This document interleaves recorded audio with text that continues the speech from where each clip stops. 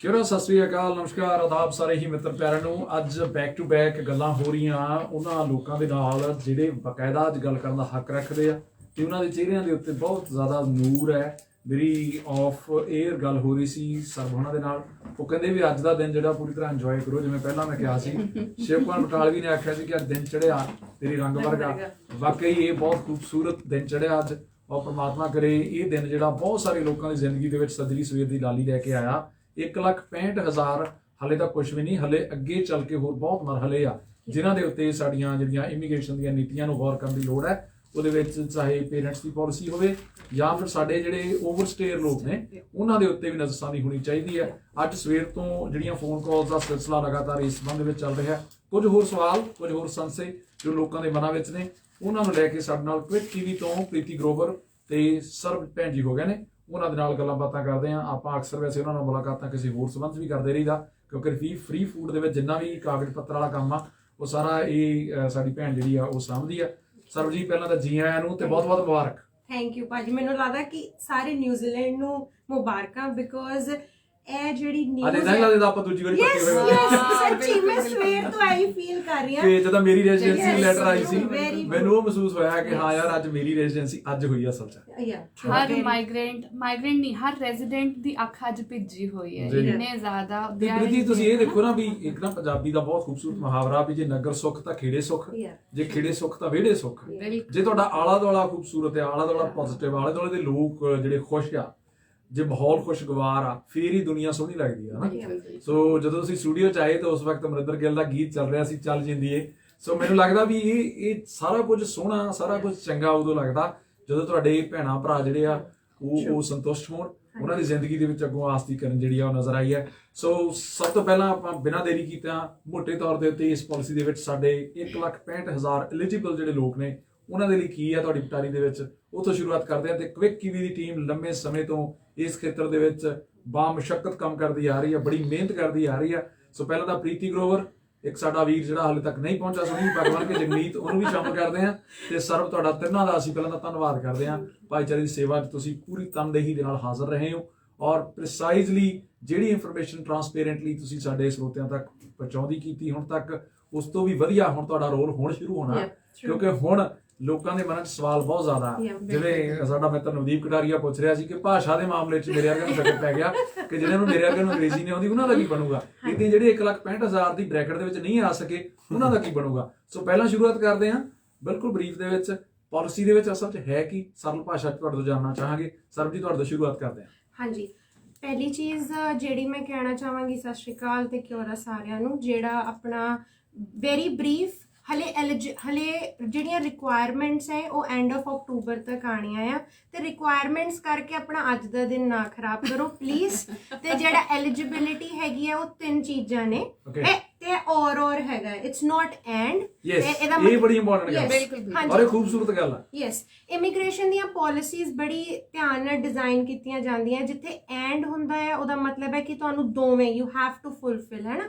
ਔਰ ਦਾ ਮਤਲਬ ਹੈ ਐਨੀ ਆਫ ਇਟ। ਜੇ ਤੁਸੀਂ ਵਰਡਿੰਗਸ ਪੜੋਗੇ ਉੱਤੇ ਕਿ ਐਨੀ ਆਫ ਦ ਫੋਲੋਇੰਗ, ਹੈ ਨਾ। ਤੇ ਔਰ ਦੇ ਵਿੱਚ ਹੈਗਾ ਕਿ ਜੇ ਤੁਹਾਨੂੰ 3 ਸਾਲ ਹੋ ਗਏ ਨੇ, ਜੇ 3 ਸਾਲ ਹੋ ਗਏ then you are eligible, relax and enjoy. ਜੇ ਤੁਸੀਂ ਐਸੀ ਆਕਿਊਪੇਸ਼ਨ ਚ, ਜੇ ਤੁਸੀਂ $27 ਤੇ ਤੁਸੀਂ ਕੱਲ ਦੀ ਡੇਟ ਦੇ ਵਿੱਚ, ਇਹਦੇ ਤੇ ਮੈਂ ਬਾਅਦ ਚੋਂ ਆਵਾਂਗੀ, ਬਟ ਜੇ $27 ਤੇ ਤੁਸੀਂ ਪੇ ਰੇਟ ਤੇ ਕੰਮ ਕਰ ਰਹੇ ਸੀਗੇ ਕੱਲ, ਸੋ ਯੂ ਆਰ ਐਲੀਜੀਬਲ। ਉਸ ਤੋਂ ਇਲਾਵਾ ਜਿਹੜੀ ਆਪਣੀ ਇਮੀਗ੍ਰੇਸ਼ਨ ਦੀਆਂ ਪਾਲਿਸੀਜ਼ ਆ, ਜਿਹੜੀ ਤੁਹਾਡੀ ਆਕਿਊਪੇਸ਼ਨਲ ਰਜਿਸਟ੍ਰੇਸ਼ਨਸ ਦੇ ਵਿੱਚ ਆਉਂਦੀਆਂ ਨੇ, for example doctors, nurses, teachers ਜਾਂ ਆਪਣੇ ਹੈਲਥ ਕੇਅਰ ਵਰਕਰਸ, ਦੈਨ ਤੇ ਉਸ ਤੋਂ ਇਲਾਵਾ ਜਿਹੜੀ LTSSL, so there is a proper list ਜਿਹੜੀ ਉਹਨਾਂ ਨੇ ਪ੍ਰਾਇਮਰੀ ਸੈਕਟਰ ਦੀ ਵੀ ਲਿਸਟ ਅੱਜ ਸਵੇਰੇ ਪਬਲਿਸ਼ ਕੀਤੀ ਹੈ। ਤੇ ਜੇ ਤੁਸੀਂ ਉਹਨਾਂ ਵਿੱਚ ਕੰਮ ਕਰਦੇ ਆ ਤੇ definitely you are also eligible. ਇਹ ਸਭ ਤੋਂ ਪਹਿਲਾਂ ਇੱਕ ਮੇਨ ਬਰੀਫ ਇੰਟਰੋਡਕਸ਼ਨ ਹੈ of this residence visa of offset 2021 ਕਿ ਤੁਸੀਂ ਇਹ 3 ਕ੍ਰਾਈਟੇਰੀਆ ਚੋਂ ਜੇ ਕਿਸੇ ਵੀ ਇੱਕ ਨੂੰ ਮੀਟ ਕਰਦੇ ਆ, ਯੂ ਆਰ ਐਲੀਜੀਬਲ। ਐਕਸਲੈਂਟ। ਜੇ ਆਪਾਂ ਗੱਲ ਕਰੀਏ ਇਸ ਵਕਤ ਰੇਡੀਓ ਸਪਾਈਸ ਦੇ ਫੇਸਬੁੱਕ ਪੇਜ ਅਤੇ ਜੋ ਕੁਝ ਚੱਲ ਰਿਹਾ ਹੈ ਇਹਨੂੰ ਲੈ ਕੇ ਤੁਹਾਡੇ ਮਨ ਦੇ ਵਿੱਚ ਕੋਈ ਸ਼ੰਕਾ ਹੋਵੇ, ਉਹਨੂੰ ਨਿਵਰਤ ਕਰਨ ਦਾ ਮੌਕਾ ਬੜਾ ਵਧੀਆ, ਕਿਉਂਕਿ ਦੋਨੇ ਬੀਬੀਆਂ ਜਿਹੜੀਆਂ ਮੇਰੇ ਖੱਬੇ ਹੱਥ ਬੈਠੀਆਂ ਇਹ ਬਹੁਤ ਪੜ੍ਹੀਆਂ ਲਿਖੀਆਂ। ਮੇਰੇ ਵਰਗੇ ਜਿਹੜੇ ਸੁਹਾਗੇ ਤੇ ਝੂਟਾ ਲੈਂਦੇ ਆਏ ਆ ਉਹਨਾਂ ਨੂੰ ਵੀ ਇਹਨਾਂ ਤੋਂ ਹੀ ਪਤਾ ਲੱਗਣਾ ਵੀ ਅਸਲ 'ਚ ਪਾਲਿਸੀ ਦੇ ਵਿੱਚ ਨਰਮਾਈ ਆਈ ਕਿੱਥੇ ਆ। ਪਰਮਿੰਦਰ ਸਿੰਘ ਸਰਾਹ ਹੁਣੀ ਲਿਖਦੇ ਆ ਵੀ ਸਾਰੇ post study work visa is expired on January 2022 and they are not comes in December lot so what they need to do, ਜਿਹੜਾ ਜਨਵਰੀ 2022 ਦੇ ਵਿੱਚ ਸਟੱਡੀ ਵਰਕ ਵੀਜ਼ਾ ਐਕਸਪਾਇਰ ਹੋ ਗਿਆ ਜੀ, ਜਿਨ੍ਹਾਂ ਦਾ ਪੋਸਟ ਸਟੱਡੀ ਉਹ ਇਸ ਕੈਟਾਗਰੀ ਦੇ ਵਿੱਚ ਜੇ ਨਹੀਂ ਆਉਂਦੇ ਦਸੰਬਰ ਵਾਲੀ ਦੇ ਵਿੱਚ, ਤਾਂ ਉਹ ਕੀ ਕਰਨ, ਉਹਨਾਂ ਦੇ ਲਈ ਕੀ ਆ ਹੱਲ? ਦੇਖੋ ਭਾਜੀ, ਹਜੇ ਫਿਲਹਾਲ ਉਹਨਾਂ ਨੇ ਐਲੀਜੀਬਿਲਿਟੀ ਕ੍ਰਾਈਟੇਰੀਆ ਦੱਸਿਆ ਹੈ ਕਿ ਜੇ ਤੁਹਾਡੇ ਕੋਲੋਂ as of 29th post study work visa ਅਗਰ ਹੈਗਾ ਆ ਜਾਂ ਤੁਸੀਂ 3 ਸਾਲ ਇੱਥੇ ਰਹਿ ਰਹੇ ਹੋ ਤੇ ਤੁਸੀਂ ਐਲੀਜੀਬਲ ਹੋ, ਡੈਫੀਨੇਟਲੀ ਉਹਨਾਂ ਦਾ ਜਿਹੜਾ ਨੰਬਰ ਹੈ ਉਹ ਦਸੰਬਰ ਵਾਲੇ ਚ ਨਹੀਂ ਆਏਗਾ, ਉਹਨਾਂ ਦਾ ਮਾਰਚ ਉਹਦੇ ਵਿੱਚ ਉਹਨਾਂ ਦੀ ਟਰਨ ਆਏਗੀ, ਪਰ ਉਹ ਵੇਰਵਿਆਂ ਦੀ ਉਡੀਕ ਆ। ਹਾਂਜੀ ਹਾਂ, ਤੇ ਉਹਨਾਂ ਨੂੰ ਆਪਣਾ ਵੀਜ਼ਾ ਐਕਸਟੈਂਡ ਕਰਾਉਣਾ ਪਏਗਾ, but he should be eligible. ਬਿਲਕੁਲ ਸਹੀ। ਰਮਿੰਦਰ ਸਿੰਘ ਸਰਾਂ ਜੀ, ਹਾਲੇ ਵੇਰਵਿਆਂ ਦੀ ਉਡੀਕ ਹੈ, ਜਿਵੇਂ ਵੇਰਵੇ ਆਏ ਅਸੀਂ ਤੁਹਾਡੇ ਤੱਕ ਜ਼ਰੂਰ ਪਹੁੰਚਾਵਾਂਗੇ ਇਸੇ ਪਲੇਟਫਾਰਮ ਤੋਂ, ਔਰ ਬਹੁਤ ਵੱਡੀ ਗਿਣਤੀ ਸਾਡੇ ਮਿੱਤਰ ਪਿਆਰੇ ਜੁੜੇ ਹੋਏ, ਉਹਨਾਂ ਸਾਰਿਆਂ ਦਾ ਬਹੁਤ ਬਹੁਤ ਸਵਾਗਤ ਹੈ। ਇਸ ਵੀਡੀਓ ਨੂੰ ਚਲਦੀ ਤੁਸੀਂ ਸ਼ੇਅਰ ਵੀ ਕਰ ਸਕਦੇ ਹੋ ਤਾਂ ਕਿ ਬਹੁਤ ਸਾਰੇ ਲੋਕਾਂ ਤੱਕ ਇਸ ਦੀ ਜਾਣਕਾਰੀ ਜਿਹੜੀ ਹੈ ਉਹ ਤੁਰੰਤ ਪਹੁੰਚ ਸਕੇ। ਅਸੀਂ ਕੋਸ਼ਿਸ਼ ਕਰ ਰਹੇ ਹਾਂ ਕਿ ਬਿਲਕੁਲ ਸਰਲ ਭਾਸ਼ਾ ਦੇ ਵਿੱਚ ਇਹ ਸਾਰੀ ਗੱਲਬਾਤ ਜਿਹੜੀ ਹੈ ਤੁਹਾਡੇ ਤੱਕ ਪਹੁੰਚਾਈ ਜਾਵੇ। ਸਾਡੇ ਨਾਲ ਸਟੂਡੀਓ ਦੇ ਵਿੱਚ ਕੁਇਕ ਕੀਵੀ ਇਮੀਗ੍ਰੇਸ਼ਨ ਤੋਂ ਪ੍ਰੀਤੀ ਗਰੋਵਰ ਤੇ ਸਰਬਭੈਣ ਜੀ ਹਾਜ਼ਰ ਨੇ। ਸਰਬਭੈਣ ਜੀ, ਜਿਹੜੀ ਤੁਸੀਂ ਪਹਿਲਾਂ ਗੱਲ ਕਰ ਰਹੇ ਸੀ ਕਿ ਅੱਗੇ ਚੱਲ ਕੇ ਅਸੀਂ ਉਹਦੀ ਚਰਚਾ ਕਰਾਂਗੇ, ਬਹੁਤ ਸਾਰੇ ਮਾਮਲੇ ਆ ਜਿਹੜੇ ਹਾਲੇ ਵੀ ਪੈਂਡਿੰਗ ਆ। ਆਪਾਂ ਜਾਣਦੇ ਹਾਂ ਇੱਕ ਨਾਨ ਪੋਲੀਟੀਕਲ ਲੌਬਿੰਗ ਜਿਹੜੀ ਚੱਲ ਰਹੀ ਹੈ, ਉਸ ਦੇ ਵਿੱਚ ਅਸੀਂ ਕੁੱਲ 6 ਮੁੱਦੇ ਸੀ ਜਿਨ੍ਹਾਂ ਦੀ ਗੁਹਾਰ ਵਾਰ-ਵਾਰ ਇਮੀਗ੍ਰੇਸ਼ਨ ਮਹਿਕਮੇ ਕੋਲ ਆਉਂਦੇ ਰਹੇ ਹਾਂ। ਹਾਲਾਂਕਿ ਐਰਕਾ ਸਟੈਨਫੋਰਡ ਨੂੰ ਵੀ ਸਲਾਮ ਕਰਨਾ ਬਣਦਾ, ਜਿਹਨੇ ਇੱਕ ਸ਼ੇਰਨੀਆਂ ਨੂੰ ਦਹਾੜ ਕੇ ਸਾਡੇ ਹੱਕਾਂ ਦੇ ਲਈ ਜਿਹੜੀ ਆ ਸਾਡੇ ਭਾਰਤੀ ਮੂਲ ਦੇ ਐਮਪੀਜ਼ ਨੂੰ ਵੀ ਉਹਨੇ ਲਤਾੜਿਆ ਬਾਈ ਨੇਮ। ਉਹਨਾਂ ਨੂੰ ਉਹਨੇ ਕਿਹਾ ਵੀ ਭਾਈ ਤੁਹਾਡਾ ਫਰਜ਼ ਬਣਦਾ ਸੀ ਜਦੋਂ ਕਿ ਕਰ ਮੈਂ ਰਹੀ ਹਾਂ। ਇਹ ਠੀਕ ਹੈ ਕਿ ਮੁੱਖ ਵਿਰੋਧੀ ਪਾਰਟੀ ਜਿਹੜੀ ਹੈ ਉਹਦਾ ਫਰਜ਼ ਵੀ ਬਣਦਾ ਲੋਕਤੰਤਰ ਦੇ ਵਿੱਚ ਕਿ ਉਹ ਖੁੱਲ੍ਹ ਕੇ ਇਹਨਾਂ ਚੀਜ਼ਾਂ ਤੇ ਚਰਚਾ ਕਰੇ, ਉਹ ਵੀ ਉਦੋਂ ਜਦੋਂ ਵਿਪਤਾ ਦੇ ਸਮੇਂ ਇਸ ਮੁਲਕ ਦੇ ਵਿੱਚ ਸਾਡੇ ਭੈਣਾਂ ਭਰਾਵਾਂ ਨੇ ਬਹੁਤ ਖੁੱਲ੍ਹ ਕੇ ਕੰਮ ਕੀਤਾ, ਆਪਣੇ ਭਾਈਚਾਰੇ ਦੀ ਸੇਵਾ 'ਚ ਹਾਜ਼ਰ ਰਹੇ। ਦੇਰ ਸ਼ਾਮ ਦੇਰ ਸਵੇਰ ਜਿਹੜੀਆਂ ਜੌਬਾਂ ਸਾਰੀਆਂ ਸਾਡੇ ਭਾਈਬੰਦੀ ਕਰਦੇ ਆ। ਸੋ ਅੱਗੇ ਚੱਲਦੇ ਹਾਂ, ਹੋਰ ਕੀ ਉਮੀਦ ਕਰਦੇ ਹਾਂ, ਕਿਉਂਕਿ ਇਹ 'ਚ ਕੋਈ ਸ਼ੱਕ ਨਹੀਂ, ਜਿਵੇਂ ਪ੍ਰੀਤੀ ਭੈਣ ਜੀ ਨੇ ਕਿਹਾ ਕਿ ਜਿਹੜੀ ਵੇਰਵੇ ਆ ਆਉਣੇ ਬਾਕੀ ਆ। ਤੁਸੀਂ ਹੋਰ ਕੀ ਤਵੱਕੋ ਰੱਖਦੇ ਹੋ, ਕਿਉਂਕਿ ਤੁਹਾਨੂੰ ਪਤਾ ਹੈ ਵੀ ਅਸਲ 'ਚ ਕਮਿਊਨਿਟੀ ਦੀਆਂ ਨੀਡਸ ਕੀ ਨੇ ਇਮੀਗ੍ਰੇਸ਼ਨ ਦੇ ਮਾਮਲੇ 'ਚ? ਹਾਂਜੀ, ਜਿਹਦੇ ਇੱਥੇ ਮੈਂ ਪਹਿਲੀ ਚੀਜ਼ ਜਿਹੜਾ ਮੈਂ ਕਿਹਾ ਸੀਗਾ ਪਹਿਲਾਂ ਕਿ ਇਹਨੂੰ ਬਾਅਦ ਚੋਂ ਕਲੈਰੀਫਾਈ ਕਰਾਂਗੇ। ਇੱਕ ਚੀਜ਼ ਜਿਹੜਾ ਆਪਾਂ ਬਹੁਤ ਧਿਆਨ ਰੱਖਣੀ ਹੈ ਉਹ ਹੈਗਾ 29 ਸਤੰਬਰ 2021। ਇਹ ਡੇਟ ਇਸ ਲਈ ਇੰਪੋਰਟੈਂਟ ਹੈ ਕਿ ਤੁਸੀਂ ਇਹਨੂੰ ਇਦਾਂ ਨਾ ਕਨਫਿਊਜ਼ ਕਰਿਓ ਕਿ ਜੇ ਤੁਸੀਂ ਅੱਗੇ ਜਾ ਕੇ $27 ਤੇ ਵੀਜ਼ਾ ਪਾ ਲੋਗੇ ਤੇ ਤੁਸੀਂ ਐਲੀਜੀਬਲ ਹੋ ਜਾਓਗੇ, ਜਾਂ ਜੇ ਤੁਸੀਂ ਅੱਗੇ ਜਾ ਕੇ ਲੌਂਗ ਟਰਮ ਜਾਂ ਜਿਹੜੀਆਂ ਆਕਿਊਪੇਸ਼ਨਲ ਨੇ ਤੁਸੀਂ ਉਹਨਾਂ 'ਚ ਕੰਮ ਕਰ ਲੋਗੇ ਤੇ ਤੁਸੀਂ ਐਲੀਜੀਬਲ ਹੋ ਜਾਓਗੇ, ਜਾਂ 29 ਸਤੰਬਰ ਤੋਂ ਬਾਅਦ ਤੁਹਾਡੇ 3 ਸਾਲ ਪੂਰੇ ਹੋਣਗੇ ਤੇ ਤੁਸੀਂ ਐਲੀਜੀਬਲ ਹੋ ਜਾਓਗੇ। ਉਹਨਾਂ ਨੇ ਤੁਸੀਂ ਸੋਚੋ ਕੱਟ ਆਫ ਰੱਖੀ ਸੀਗੀ ਕਿ ਇਸ ਤਰੀਕ ਨੂੰ, ਤੇ ਇਹ ਥੋੜਾ ਇੰਪੋਰਟੈਂਟ ਆ। ਜੇ ਕਿਸੇ ਨੂੰ ਕੋਈ ਕਨਫਿਊਜ਼ਨ ਹੈ, ਮੀਨਵਾਈਲ ਆਫ ਕੋਰਸ ਇਸ ਟਾਈਮ ਫੇਸਬੁੱਕ ਤੇ ਲਿਖ ਸਕਦੇ ਆ ਜਾਂ ਸਾਨੂੰ ਬਾਅਦ ਚੋਂ ਕਾਲ ਵੀ ਕਰਕੇ ਤੇ ਕਲੈਰੀਫਾਈ ਕਰ ਸਕਦੇ ਆ। ਤੇ ਜਿੱਦਾਂ ਤੁਸੀਂ ਕਿਹਾ ਕਿ ਕਿਹੜੀ ਹੋਰ ਚੱਲਦਾ ਹੈ ਨਾ, ਕਿ ਆਪਾਂ ਨੂੰ ਕਿੱਦਾਂ ਲੱਗਦਾ ਹੈ, ਜੇ ਓਨੈਸਟਲੀ ਪੁੱਛੋਗੇ ਤੇ ਅੱਜ ਦੇ ਦਿਨ ਦੀ ਵੀ ਉਮੀਦ ਨਹੀਂ ਸੀ, ਪਰ ਇਹ ਹੋਇਆ ਹੈ ਨਾ।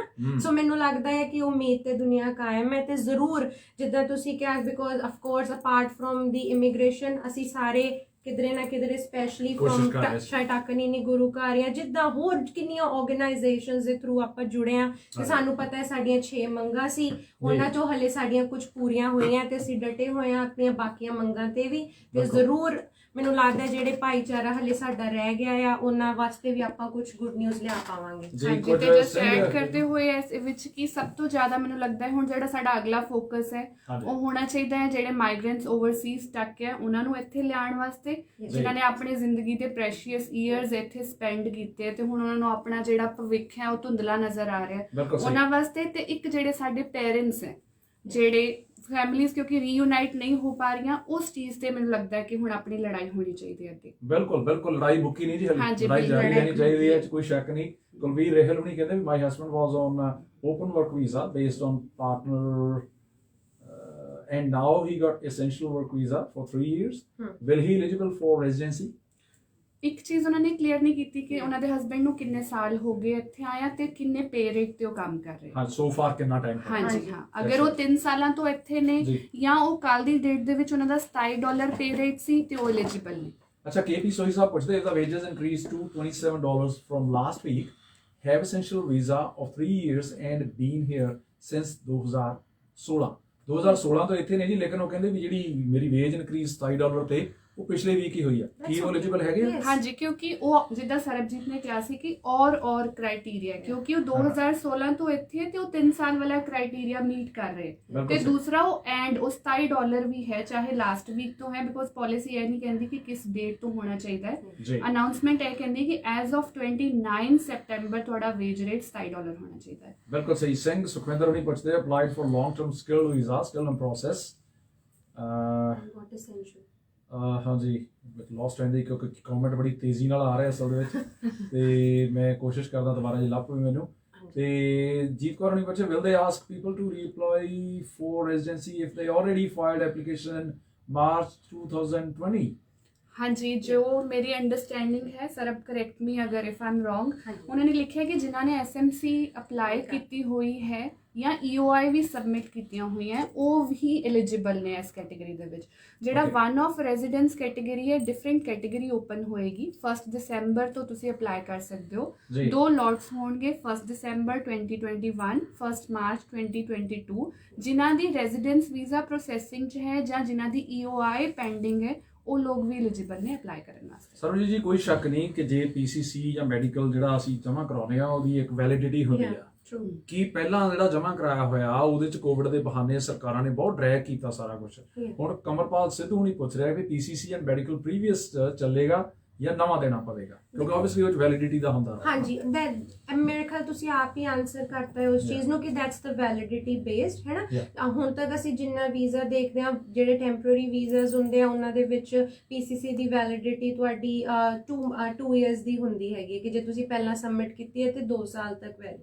ਰੈਜ਼ੀਡੈਂਸ ਦੇ ਵਿੱਚ ਤੁਹਾਨੂੰ ਲਾਸਟ 6 ਮੰਥਸ ਦੀ ਤੇ ਉਹ ਹਲੇ ਜਿਹੜੀਆਂ ਉਹ ਅਸੀਂ ਗੱਲ ਕਰ ਰਹੇ ਹਾਂ ਕਿ ਜਿਹੜੀ ਰਿਕੁਆਇਰਮੈਂਟਸ ਨੇ ਕਿ ਤੁਸੀਂ ਕੀ ਡਾਕੂਮੈਂਟੇਸ਼ਨ ਸਬਮਿਟ ਕਰਨੀ ਆ ਉਹ ਹਲੇ ਆਣੀਆਂ ਨੇ ਪਰ ਅਸੀਂ ਗੱਲ ਕਰ ਰਹੇ ਹਾਂ who all are eligible. So requirements ਕੀ ਕਿਉਂਕਿ ਮੈਨੂੰ ਪਤਾ ਹੈ ਬਹੁਤ ਸਾਰੇ ਸਵੇਰ ਦੇ ਜਿਹੜੇ ਕੁਐਸਚਨਸ ਆ ਰਹੇ ਉਹ ਆ ਰਹੇ ਮੈਮ ਸਾਡਾ ਆਇਲਟਸ ਨਹੀਂ ਹੋਇਆ ਸੀਗਾ ਤੇ ਅਸੀਂ ਐਲੀਜੀਬਲ ਹਾਂ ਕਿ ਨਹੀਂ ਤੇ ਮੋਸਟ ਲਾਈਕਲੀ ਹਲੇ ਉਹ ਰਿਕੁਆਇਰਮੈਂਟ ਆਣੀ ਹੈ ਤੇ ਜੋ ਪਾਲਿਸੀ ਨੂੰ ਦੇਖ ਕੇ ਲੱਗ ਰਿਹਾ ਉਹਦੇ ਤੇ ਲੱਗਦਾ ਨਹੀਂ ਹੈ ਕਿ ਇੰਗਲਿਸ਼ ਇੱਕ ਰਿਕੁਆਇਰਮੈਂਟ ਮੈਂਡੇਟਰੀ ਰਿਕੁਆਇਰਮੈਂਟ ਹੋਏਗੀ। So let's wait for the requirements at least. ਹਾਂਜੀ ਅੱਛਾ ਜਿਹੜੇ ਰਜਿਸਟਰਡ ਆ ਕਈ ਸਰਟੀਫਾਈਡ ਜਿਹੜੇ ਇਦਾਂ ਦੇ ਟ੍ਰੇਡਸ ਨੇ ਜਾਂ ਪ੍ਰੋਫੈਸ਼ਨ ਨੇ ਖਾਸ ਤੌਰ ਤੇ ਰੈਫ ਖਾਨ ਪੁੱਛ ਰਿਹਾ I have secondary teaching registration but I'm also studying ECE early childhood education so can I apply on secondary registration? ਪਰ ਭਾਜੀ ਡਿਪੈਂਡ ਕਰਦਾ ਕਿਹੜੇ ਵੀਜ਼ਾ ਤੇ ਨੇ that's the main it's not about ਤੁਸੀਂ ਜਿੱਦਾਂ ਅਸੀਂ ਬਾਰ-ਬਾਰ ਇਟਸ ਅਗੇਨ ਇਟਸ ਔਰ ਐਂਡ ਔਰ ਸੋ ਇਹ ਦੇਖਣਾ ਪਏਗਾ ਤੇ ਉਹਦੇ ਤੇ ਇਹ ਪਾਲਿਸੀ ਹੈ ਕਹਿੰਦੀ ਹੈ ਕਿ you should hold N eligible visa ਜੀ ਐਲੀਜੀਬਲ ਵੀਜ਼ਾ ਦੀ ਫਿਰ ਉਹਨਾਂ ਨੇ ਲਿਸਟ ਦਿੱਤੀ ਹੋਈ ਹੈ ਜਿਹਦੇ ਵਿੱਚ ਸਾਡੇ ਪੋਸਟ ਸਟੱਡੀ ਹੋ ਗਿਆ ਐਸੈਂਸ਼ੀਅਲ ਸਕਿੱਲਸ ਹੋ ਗਿਆ ਸਾਡਾ ਸਕਿੱਲ ਮਾਈਗ੍ਰੇਸ਼ਨ ਦਾ ਜਿਨ੍ਹਾਂ ਨੂੰ ਆਪਣਾ ਵੀਜ਼ਾ ਮਿਲਦਾ ਹੈ ਜੌਬ ਸਰਚ ਉਹ ਵਾਲਾ ਵੀਜ਼ਾ ਹੋ ਗਿਆ so there is a certain list of eligible visas ਜੇ ਤੁਸੀਂ ਅਨਫੋਰਚੂਨੇਟਲੀ ਹੋ ਸਕਦਾ ਕਿਸੇ ਨੂੰ 3 ਸਾਲ ਹੋ ਗਏ ਹੁਣ ਕਿਸੇ ਦਾ ਸ਼ਾਇਦ ਮੇਬੀ $27 ਜਾਂ ਲੌਂਗ ਟਰਮ ਤਿੰਨੇ ਕ੍ਰਾਈਟੇਰੀਆ ਮੀਟ ਕਰਦੇ ਹੋਣ ਪਰ ਹੁਣ ਸਟੂਡੈਂਟ ਵੀਜ਼ਾ ਤੇ ਅਨਫੋਰਚੂਨੇਟਲੀ ਦੇ ਆਰ ਮਿਸਡ ਸੋ ਉਹ ਸਰਟਨ ਥਿੰਗਸ ਹੈਗੀਆਂ ਆ ਵਿਚ ਵੀ ਹੈਵ ਟੂ ਡੀਪ ਹਰ ਕਿਸੇ ਦੀ ਕਹਿ ਲੋ ਕਿ ਹਰ ਕਲਾਇੰਟ ਦਾ ਡਿਫਰ ਕਰੇਗਾ ਇੱਕ ਦੂਸਰੇ ਨਾਲ। ਹਾਂਜੀ ਬਿਲਕੁਲ ਸਹੀ। ਅੱਛਾ ਕੁਝ ਹੋਰ ਸਵਾਲ ਬੜੇ ਕਾਮਨ ਆ 2016 ਦੇ ਵਿੱਚ ਇੱਕ ਬੰਦਾ ਜਾਂ ਸਾਡੀ ਭੈਣ ਜਿਹੜੀ ਆ ਫਰਜ਼ ਕਰੋ ਸਟੂਡੈਂਟ ਵੀਜ਼ੇ ਤੇ ਆਈ ਆ ਲੇਕਿਨ ਹਾਲਾਤਾਂ ਦੇ ਵਜ੍ਹਾ ਉਹ ਦੁਬਾਰਾ ਫੇਰ ਸਟੂਡੈਂਟ ਵੀਜ਼ੇ ਤੇ ਆ ਵਰਕ ਵੀਜ਼ੇ ਤੇ ਨਹੀਂ ਆ ਸਕੇ ਉਹਨਾਂ ਦੀ ਐਲੀਜੀਬਿਲਟੀ ਨੂੰ ਲੈ ਕੇ ਕੁਝ ਨਵਾਂ ਹੈ ਸਰਕਾਰ ਕੋਲ ਕਿ ਹਲੇ ਉਹਦਾ ਐਲਾਨ ਹੋਣਾ ਬਾਕੀ ਹੈ? ਹਾਂਜੀ ਭਾਜੀ ਜਿੱਦਾਂ ਕਿ ਸਰਬ ਨੇ ਦੱਸਿਆ ਕਿ ਕੁਝ ਐਲੀਜੀਬਲ ਕੈਟਾਗਰੀਜ਼ ਹੀ ਹੈ ਜਿਹੜੇ ਕੁਆਲੀਫਾਈ ਕਰਨਗੇ ਸਟੂਡੈਂਟ ਵੀਜ਼ਾ ਵਾਲਿਆਂ ਵਾਸਤੇ ਹਜੇ ਤੱਕ ਕੋਈ ਵੀ ਪੋਜ਼ਿਟਿਵ ਨਿਊਜ਼ ਨਹੀਂ ਆਈ ਪਰ ਜਿੱਦਾਂ ਆਪਾਂ ਕਿਹਾ ਕਿ ਲੜਾਈ ਜਾਰੀ ਹੈ ਤੇ ਉਹਨਾਂ ਦੇ ਵਾਸਤੇ ਵੀ ਜ਼ਰੂਰ ਕੁਝ ਨਾ ਕੁਝ ਪੋਜ਼ਿਟਿਵ ਆਣਾ ਚਾਹੀਦਾ ਹੈ ਬਟ ਐਜ਼ ਆਫ ਨਾਓ ਜਿਹੜੀ ਕੱਲ ਦੀ ਅਨਾਉਂਸਮੈਂਟ ਹੈ ਉਹ ਸਟੂਡੈਂਟ ਵੀਜ਼ਾ ਹੋਲਡਰਸ ਵਾਸਤੇ ਨਹੀਂ ਹੈ। ਤੁਹਾਡੀ ਗੱਲ ਸਹੀ ਹੈ। ਗੁਰਜੀਤ ਸਿੰਘ ਸੈਣੀ ਪੁੱਛਦੇ registered nurse can apply in December lot I haven't apply yet for EOI ਉਹਨਾਂ ਦਾ ਦਸੰਬਰ ਦੇ ਵਿੱਚ ਲੋਟ ਦੇ ਵਿੱਚ ਹੋ ਸਕਦਾ ਜੀ ਜਿਹੜਾ 2 ਫੇਜ਼ਸ ਹੈ ਨਾ। ਹਾਂਜੀ ਜਿਹੜੀ ਬਰੀਫ ਅਨਾਉਂਸਮੈਂਟ ਹੈ ਉਹਦੇ ਵਿੱਚ ਇਦਾਂ ਹੈ ਕਿ ਦਸੰਬਰ ਲੋਟ 'ਚ ਜਿਨ੍ਹਾਂ ਨੇ ਅਪਲਾਈ ਕਰ ਦਿੱਤਾ ਹੋਇਆ EOI ਜਾਂ ਜਿਨ੍ਹਾਂ ਦੀਆਂ ਐਪਲੀਕੇਸ਼ਨਸ ਪੈਂਡਿੰਗ ਹੈ ਜਾਂ ਵਿਦ ਫੈਮਿਲੀਜ਼ ਜਿਨ੍ਹਾਂ ਦੇ ਡਿਪੈਂਡੈਂਟ ਚਿਲਡਰਨ ਨੇ ਉਹਨਾਂ ਦਾ ਨੰਬਰ ਆਏਗਾ ਬਾਕੀ ਸਾਰਿਆਂ ਦੀ ਟਰਨ ਮਾਰਚ 2022 ਚ ਆਏਗੀ। ਅੱਛਾ ਲਵਜੋਲ ਨੇ ਉਹ ਕਹਿੰਦੇ ਮੈਂ ਨਿਊਜ਼ੀਲੈਂਡ ਵਿੱਚ ਪਹੁੰਚਾ ਸੀ ਚੌਥੇ ਮਹੀਨੇ 2016 ਦੇ ਵਿੱਚ ਉਸ ਤੋਂ ਬਾਅਦ ਆਸਟ੍ਰੇਲੀਆ ਚਲੇ ਗਏ ਇਸ ਸਾਲ ਮਾਰਚ ਦੇ ਵਿੱਚ ਸਟੂਡੈਂਟ ਵੀਜ਼ੇ ਤੇ ਉੱਥੇ ਨਿਊਜ਼ੀਲੈਂਡ ਦੇ ਵਿੱਚ ਸਤੰਬਰ 2015 ਦੇ ਵਿੱਚ ਕੈਨ ਹੀ ਅਪਲਾਈ ਇਨ ਦਸੰਬਰ ਔਰ ਮਾਰਚ? ਇਸ ਸਵਾਲ ਪਤਾ ਨਹੀਂ ਇਹਦਾ ਕੁਐਸਚਨ ਕਲੀਅਰ ਨਹੀਂ ਹੈ ਕਿ ਹਾਂਜੀ ਹਾਂ ਨਹੀਂ ਸੌਰੀ ਮੈਂ 2 ਸਵਾਲ ਮਿਕਸ ਕਰ ਗਿਆ my mistake. I was arrived in New Zealand in April 2016 moved to Australia in March this year on student visa my NZ lost ਹੋ ਜਾਂਦਾ ਇਨ ਦਾ ਮੀਨ ਟਾਈਮ, ਬਹੁਤ ਜ਼ਿਆਦਾ ਸਵਾਲ ਆ ਰਹੇ ਮੈਂ ਸੀ। ਵੈਸੇ ਕੁਇਕਲੀ ਜੇ ਉਹਨਾਂ ਦਾ ਬਰੀਫ ਕਰਦੇ ਹਾਂ, ਹਲੇ ਇਮੀਗ੍ਰੇਸ਼ਨ ਨੇ ਆਪਣੀ ਵੈਬਸਾਈਟ ਤੇ ਜਿਹੜੇ ਲੋਕੀ ਸਪੈਸ਼ਲੀ ਆਸਟ੍ਰੇਲੀਆ ਮੂਵ ਕਰ ਗਏ ਸੀ ਉਹਨਾਂ ਵਾਸਤੇ ਐਲੀਜੀਬਿਲਿਟੀ ਦੱਸੀ ਹੈਗੀ ਹੈ, ਬਟ ਉਹ ਤੇ ਉਹਨਾਂ ਨੇ ਕਲੀਅਰ ਕਰਨਾ ਹੈ, ਇਹਦੇ ਤੇ ਵੀ ਆਪਾਂ ਆਵਾਂਗੇ। ਸੋ ਮੈਂ ਚਾਹੂੰਗਾ ਉੱਤੇ ਤੁਸੀਂ ਜ਼ਰੂਰ ਆਪਣੇ ਕੋਲ ਜ਼ਰੂਰ ਅਪਡੇਟ ਦਿਓ, ਜਦੋਂ ਵੀ ਤੁਹਾਡੇ ਕੋਲ ਅਪਡੇਟ ਆ ਗਈ। ਸਾਡੇ ਬਹੁਤ ਸਾਰੇ ਜਿਹੜੇ ਸੁਣਨ ਵਾਲੇ ਸਰੋਤੇ ਦੇਖਣ ਵਾਲੇ ਦਰਸ਼ਕ ਆ ਉਹਨਾਂ ਦੀ ਇਸ ਤੇ ਰਹੇਗੀ। ਹਾਂਜੀ, ਪਰ ਜੀਐਸ ਕੰਸਲ ਅਸਾਈਲਮ ਸੀਕਰ ਵੀਜ਼ਾ ਹਾਲੇ ਇਸ ਦੀ ਚਰਚਾ ਨਹੀਂ ਹੋ ਰਹੀ, ਲੇਕਿਨ ਅਸੀਂ ਇਸ ਦੇ ਲਈ ਪੂਰਾ ਦਬਾਅ ਬਣਾ ਰਹੇ ਹਾਂ ਜੀ, ਜਿਵੇਂ ਪਹਿਲਾਂ ਚਰਚਾ ਕਰ ਰਹੇ ਸੀ। ਓਬਵੀਅਸਲੀ ਇਹ ਡਿਊ ਆ, ਸਾਡੇ ਬਹੁਤ ਸਾਰੇ ਓਵਰਸਟੇਅਰ ਭੈਣਾਂ ਭਰਾ ਜਿਹੜੇ ਆ ਜਾਂ ਪੋਲੀਟੀਕਲ ਅਸਾਈਲਮ ਸੀਕਰ ਆ, ਉਹਨਾਂ ਦੇ ਲਈ ਯਤਨ ਜਾਰੀ ਨੇ। ਸੋ ਪ੍ਰਮਾਤਮਾ ਕਰੇ ਜਲਦੀ ਉਹਨਾਂ ਦੀ ਵੀ ਸੁਣੀ ਜਾਵੇ। ਹਾਈ ਸਰਬਜੀਤ ਗੁਰਜੋਤ ਹੈ, I have 3 essential skill visa as retail manager 2024, pay rate $26 an hour, can he able to do ਅੱਗੇ lost ਹੋ ਗਿਆ ਜੀ ਸਵਾਲ ਮੇਰੇ ਤੋਂ। ਮੈਂ ਫੇਰ ਕਿਉਂਕਿ ਮੈਨੂੰ ਲੱਗਦਾ ਸਾਰੇ ਜਾਣੇ ਮੇਬੀ ਵਿੱਚੋਂ ਵੀ ਜੁਆਇਨ ਕਰਦੇ ਆ, ਤੇ ਜੇ ਕੋਈ ਹੁਣ ਕਿਸੇ ਨੇ ਹੁਣੀ ਰੀਸੈਂਟਲੀ ਜੁਆਇਨ ਕੀਤਾ ਆ ਤੇ ਤੁਸੀਂ ਬਸ ਇਸ ਚੀਜ਼ ਤੇ ਧਿਆਨ ਦੇਣਾ ਆ ਕਿ ਜਾਂ ਤੁਹਾਨੂੰ 3 ਸਾਲ ਹੋਏ ਹੋਣ 29 ਸਤੰਬਰ ਤੋਂ ਪਿੱਛੇ, ਤੁਹਾਨੂੰ ਜਾਂ 3 ਸਾਲ ਹੋਏ ਹੋਣ, ਉਹ ਜ਼ਰੂਰੀ ਆ। ਹਾਂਜੀ, ਉਹ ਬੁਨਿਆਦੀ ਗੱਲ ਹੈ। ਹਾਂਜੀ, ਜਾਂ 3 ਸਾਲ ਹੋਏ ਹੋਣ। ਜੇ 3 ਸਾਲ ਨਹੀਂ ਹੋਏ, ਜਾਂ ਤੁਸੀਂ ਤੁਸੀਂ ਕੱਲ ਦੀ ਡੇਟ ਦੇ ਵਿੱਚ $27 ਤੇ ਪੇਡ ਹੋਣੇ ਚਾਹੀਦੇ ਆ, ਜਾਂ ਜੇ ਉਹ ਵੀ ਨਹੀਂ ਹੈਗਾ ਤੇ ਉਸ ਤੋਂ ਥੱਲੇ ਆਉਂਦਾ ਕਿ ਤੁਹਾਡੀ ਜਿਹੜੀ ਆਕਿਊਪੇਸ਼ਨ ਹੈ, ਜਿਹੜੀ ਇਮੀਗ੍ਰੇਸ਼ਨ ਨੇ ਲਿਸਟ ਦਿੱਤੀਆਂ ਆ, for example occupational registration, primary industry, ਜਾਂ ਤੁਸੀਂ ਉਹਨਾਂ ਚ ਹੋਣੇ ਚਾਹੀਦੇ। ਸੋ ਇਟਸ ਔਰ ਪਲੀਜ਼ ਇੱਥੇ ਧਿਆਨ ਰੱਖਿਓ। ਓਕੇ ਗੁੱਡ, ਬਹੁਤ ਵਧੀਆ। ਕੁਝ ਹੋਰ ਜਿਹੜੇ ਸਵਾਲ ਸਾਡੇ ਤੱਕ ਪਹੁੰਚ ਰਹੇ ਆ ਉਹਨਾਂ ਦੇ ਵਿੱਚ ਮੈਂ ਦੇਖ ਰਿਹਾ ਰਤਿੰਦਰ ਸਿੰਘ ਦਾ ਸਵਾਲ ਹੈ, ਕਹਿੰਦੇ ਵੀ ਮੇਰੇ ਇੱਕ ਦੋਸਤ ਨੂੰ ਹੁਣੇ ਆਫਰ ਲੈਟਰ ਮਿਲਿਆ ਤੇ ਉਹ 4 ਅਕਤੂਬਰ ਨੂੰ ਉਹਨੇ ਜੁਆਇਨ ਕਰਨਾ, ਉਹਦਾ ਜਿਹੜਾ ਪੇ ਰੇਟ ਹੈ ਉਹ $27 ਤੋਂ ਉੱਪਰ ਆ, ਕੀ ਉਹ ਐਲੀਜੀਬਲ ਹੈ ਰੈਜ਼ੀਡੈਂਸੀ ਲਈ? ਦੇਖੋ, ਜਿਹੜਾ ਫਿਰ ਉਹੀ ਗੱਲ ਹੈ ਕਿ ਉਹਨਾਂ ਨੇ ਲਿਖਿਆ ਪੀਪਲ ਹੂ ਹੈਵ ਅਪਲਾਈਡ, ਜਿਨ੍ਹਾਂ ਨੇ ਅਪਲਾਈ ਕਰ ਦਿੱਤਾ ਹੋਇਆ ਜਾਂ ਜਿਹੜੇ ਹੈਗੇ ਆ $27 ਤੇ ਕੱਲ ਦੀ ਡੇਟ ਦੇ ਵਿੱਚ। ਦੂਜਾ ਫਿਰ ਦੇਖਣਾ ਪਏਗਾ ਕਿ ਉਹ ਕਿੰਨੇ ਸਾਲਾਂ ਤੋਂ ਇੱਥੇ ਨੇ ਤੇ ਉਹ ਕਿਹੜੇ ਵੀਜ਼ਾ ਤੇ ਨੇ। ਮੈਨੂੰ ਲੱਗ ਰਿਹਾ ਉਹ ਉਹਨਾਂ ਨੇ ਸ਼ਾਇਦ ਕਲੀਅਰ ਨਹੀਂ ਕੀਤਾ। ਹਰਮਨਿੰਦਰ ਹੁਣੀ ਪੁੱਛਦੇ, my husband is on essential skill visa, pay rate $27 an hour in construction industry and came to New Zealand September 2015. Can he apply in December or March? ਲਓ ਜੀ ਹਰਮਨਿੰਦਰ ਜੀ, ਮਾਰਚ ਦੇ ਵਿੱਚ ਤੁਹਾਡੇ ਹਸਬੈਂਡ ਜਿਹੜੇ ਆ ਉਹ ਅਪਲਾਈ ਕਰ ਸਕਦੇ ਆ, ਤੇ ਉਸ ਵਾਰ ਤੁਸੀਂ ਲੱਡੂਆਂ ਦਾ ਡੱਬਾ ਜਿਹੜਾ ਜਦੋਂ ਤਿਆਰ ਹੋ ਗਿਆ ਤੁਸੀਂ ਸਾਡੇ ਬਿਹਾਫ ਤੇ ਇਹਨਾਂ ਦੇ ਦਫ਼ਤਰ ਚ। ਤੇ ਨਾਲ ਸਵਾਲ ਜਿਹੜੇ ਆ ਰੈਫ ਖਾਨ ਜਿਹੜੇ ਆ ਉਹਨਾਂ ਦਾ ਸਵਾਲ ਲੈ ਲਿਆ ਸੀ ਜੀ ਆਪਾਂ। ਕ੍ਰਿਸ਼ਨ ਕੁਮਾਰ ਸ਼ਰਮਾ ਜੀ ਨੇ ਕਹਿੰਦੇ ਵੀ I am living in New Zealand from 2014 but currently on international student visa in healthcare industry. I'm able for this category?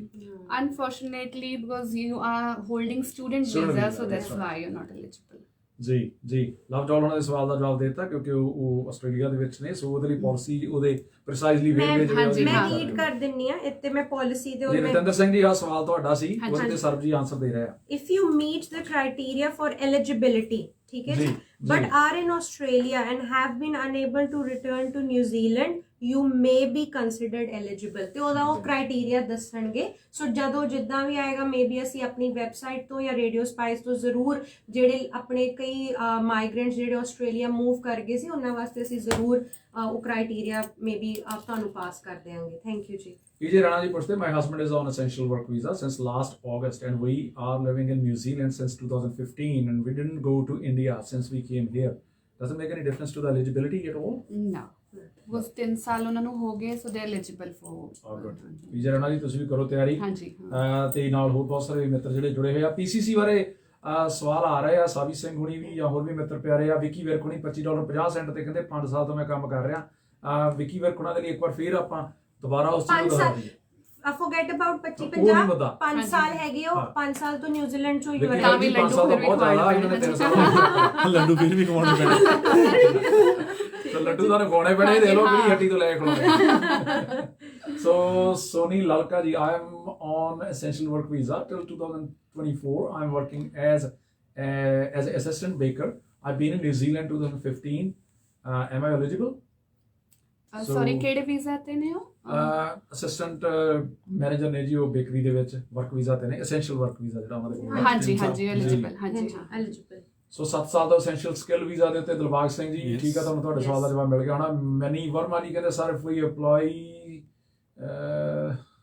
I think ਮੈਂ ਤਾਂ ਸਵਾਲ ਫਿਰ ਗੁਆਚ ਗਿਆ। SMC EOI after 29th of September, will they process my file in December or March? ਜੇ ਅਸੀਂ ਜੇ ਉਹਨਾਂ ਨੇ ਜੇ ਉਹਨਾਂ ਦੀ EOI ਅਪਲਾਈ ਹੋਈ ਹੈ ਤੇ ਫਿਰ ਮੋਸਟ ਲਾਈਕਲੀ ਉਹਨਾਂ ਦਾ ਦਸੰਬਰ ਦੇ ਵਿੱਚ ਹੋਣਾ ਚਾਹੀਦਾ। ਹਾਂਜੀ ਹਾਂ। ਮੈਂ ਇੱਥੇ 1 ਮਿੰਟ ਐਡ ਕਰਨਾ ਚਾਹਾਂਗੀ, ਕਿਉਂਕਿ ਜਿਹੜੀ ਦਸੰਬਰ ਵਾਲਾ ਲੋਟ ਹੈ EOI ਦੀ ਵੀ ਇਦਾਂ ਹੈ ਕਿ ਜਿਹੜੀ ਪਾਲਿਸੀ ਆਈ ਹੈ ਉਹ ਇਹ ਕਹਿੰਦੀ ਹੈ ਤੁਸੀਂ EOI ਅਪਲਾਈ ਕਰਤੀ ਹੈ including a dependent children a child ਜਿਹੜਾ 17 ਇਅਰਸ ਔਰ 올ਡਰ ਹੈ, ਠੀਕ ਹੈ ਜੀ। ਸੋ ਫॉर ਐਗਜ਼ਾਮਪਲ ਜੇ ਕਿਸੇ ਨੇ EOI ਅਪਲਾਈ ਕੀਤੀ ਆਪਣੀ ਫੈਮਿਲੀ ਨਾਲ ਪਰ ਉਹਨਾਂ ਦਾ ਬੱਚਾ 17 ਸਾਲ ਜਾਂ ਉਸ ਤੋਂ ਅਬਵ ਹੈ ਤਾਂ ਉਹ ਦਸੰਬਰ ਵਾਲੇ ਲੋਟ 'ਚ ਨੇ। ਪਰ ਜੇ ਤੁਹਾਡਾ ਚਾਈਲਡ 17 ਸਾਲ ਤੋਂ ਥੱਲੇ ਹੈ ਜਾਂ ਤੁਸੀਂ ਸਿੰਗਲ ਹੋ ਜਾਂ ਹਲੇ ਤੁਸੀਂ ਜਸਟ ਮੇਬੀ ਨੋ ਚਾਈਲਡ, ਤੇ ਤੁਸੀਂ ਫਿਰ ਮਾਰਚ ਵਾਲੇ ਲੋਟ 'ਚ ਆਓਗੇ। ਮੈਂ ਸਮਝਦਾ ਕਾਫੀ ਸਾਰੇ ਸਵਾਲ ਹੋਰ ਵੀ ਆ ਰਹੇ ਆ, ਸੋ ਉਹਨਾਂ ਦੇ ਉੱਤੇ ਵੀ ਅਸੀਂ ਇੱਕ ਇੱਕ ਕਰਕੇ ਨਜ਼ਰਸਾਨੀ ਜਿਹੜੀ ਹੈ ਜ਼ਰੂਰ ਕਰਦੇ ਚੱਲਾਂਗੇ। ਸਾਡੇ ਬਹੁਤ ਸਾਰੇ ਮਿੱਤਰ ਭੈਣ ਇਸ ਵਕਤ ਜੁੜੇ ਹੋਏ ਨੇ। ਜਿੱਥੋਂ ਤੱਕ ਸਵਾਲ ਹੈ ਜੀ ਇਸ ਵਕਤ ਆਪਾਂ ਦੇਖੀਏ ਕੁਲਦੀਪ ਜੀ ਦਾ, ਉਹ ਕਹਿੰਦੇ I came to New Zealand on June 2019, currently I am on post work visa, am I eligible?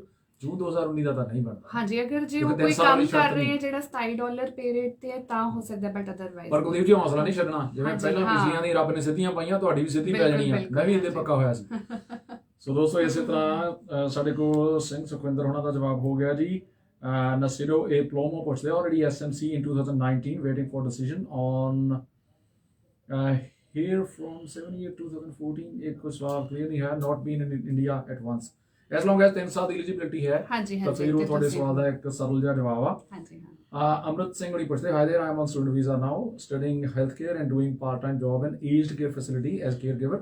I have used my open work visa for 3 years, came in New Zealand in March 2016, am eligible to apply one off resident visa? Amritpal ਜੀ, because ਮੈਂ understand ਕੀਤਾ ਕਿ ਤੁਸੀਂ student visa ਤੇ ਹੋ ਦੁਬਾਰਾ ਹੈ ਨਾ। ਹਾਂਜੀ ਹਾਂ, 3 ਸਾਲ ਉੱਤੇ ਰਹੇ ਲੇਕਿਨ ਦੁਬਾਰਾ ਫਿਰ ਆਬਵੀਅਸਲੀ ਮੁਲਕ ਦੇ ਵਿੱਚ ਟਿਕੇ ਰਹਿਣ ਲਈ ਉਹਨਾਂ ਨੂੰ ਸਟੂਡੈਂਟ ਵੀਜ਼ਾ ਲੈਣਾ ਪਿਆ। ਇਸ ਕਰਕੇ ਸੋ ਅਮਰਿਤ ਜੀ ਜੇ ਅਸੀਂ ਗਲਤ ਹਾਂ ਤਾਂ ਤੁਸੀਂ ਸਾਨੂੰ ਦੁਬਾਰਾ ਕਰੈਕਟ ਕਰ ਸਕਦੇ ਹੋ, ਲੇਕਿਨ ਸਾਡੀ ਅੰਡਰਸਟੈਂਡਿੰਗ ਇਹ ਹੈ ਕਿ ਹਾਲ ਦੀ ਘੜੀ ਤੁਸੀਂ ਸਟੂਡੈਂਟ ਵੀਜ਼ਾ ਹੋਲਡ ਕਰਦੇ ਹੋ, ਇਸ ਕਰਕੇ ਥੋੜੀ ਦੇਰ ਹੋਰ ਇੰਤਜ਼ਾਰ ਕਰਨਾ ਪਊਗਾ। ਇਸੇ ਤਰ੍ਹਾਂ ਸਾਡੇ ਹੋਰ ਬਹੁਤ ਸਾਰੇ ਮਿੱਤਰ ਪਿਆਰਿਆਂ ਦੇ ਵਿੱਚੋਂ ਜੇ ਮੈਂ ਗੱਲ ਕਰਾਂ, ਕਿੰਦਾ ਔਜਲਾ ਜੀ ਕਹਿੰਦੇ my sister is in New Zealand from last 5 years on essential visa. Her pay rate is $25.50. ਕਿਸ ਬੈਚ ਵਿੱਚ ਉਹ ਅਪਲਾਈ ਕਰ ਸਕਦੇ ਨੇ? ਮਾਰਚ। ਹਾਂਜੀ, ਸੋ ਮਾਰਚ ਵਿੱਚ ਕਰ ਸਕਦੇ ਜੀ ਤੁਹਾਡੇ ਭੈਣ ਜੀ ਜਿਹੜੇ ਆ। ਤੇ ਕਿੰਦਾ ਔਜਲਾ ਜੀ ਉਹ ਤੁਹਾਡੇ ਭੈਣ ਜੀ ਨਹੀਂ, ਉਹ ਸਾਡੀ ਵੀ ਭੈਣ ਆ, ਕਿਉਂਕਿ ਇਸ ਮੁਲਕ ਦੇ ਵਿੱਚ ਆ ਗਈ ਆ ਤੇ ਪ੍ਰਮਾਤਮਾ ਕਰੇ ਜਿੰਨੀ ਛੇਤੀ ਹੋ ਸਕਦਾ ਉਹ ਪੱਕੇ ਹੋ ਜਾਣ।